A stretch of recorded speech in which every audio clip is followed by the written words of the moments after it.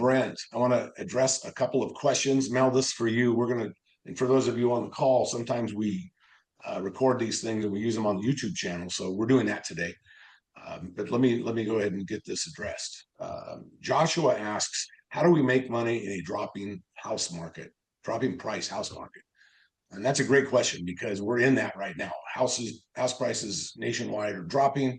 Some areas, as we mentioned, the Northeast and Western blue states, they're dropping faster because people don't want to live there. And so you see people moving out, and there's more houses for sale than there's been in a long, long time. It's not a record, but it's going to be a record soon. And so the best way to make money, though, is when people still have the same issues and the same problems that they do in a good economy as they do in a bad economy. So you have things like death, divorce, taxes, bankruptcy, job loss, medical issues, family issues, having to move. All of those things can cause a seller to become motivated. In other words, I got to get out of this house and this payment right now. And when you're in a downward kind of economy, and when I say economy, I'm not talking about the national economy. I'm talking about the housing industry economy. That's in a recession right now.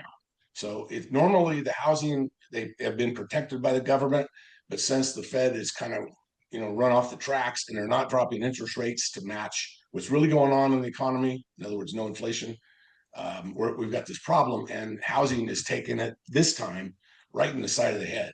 And so when that happens, more sellers, they come out of all the woodwork.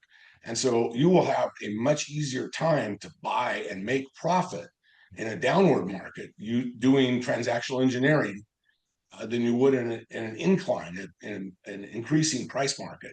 And the reason is because if a price, entire housing industry or in the market itself is going up, there's a lot of cash buyers. Now, we don't compete with them per se, but in this market, the only way to buy something is to buy it with an existing loan on it. You buy it subject to.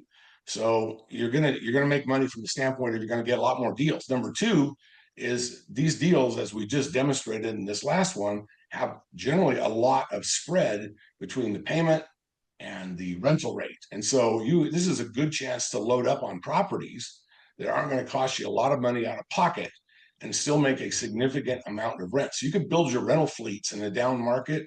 And I still maintain that there is no such thing as a landlord millionaire, just who's made $1 million from rent, because you always make it in the buying and the selling of the house. You're still going to get a significant chunk of money when you pick up 20 or 30 houses, each generating $1,000 a month.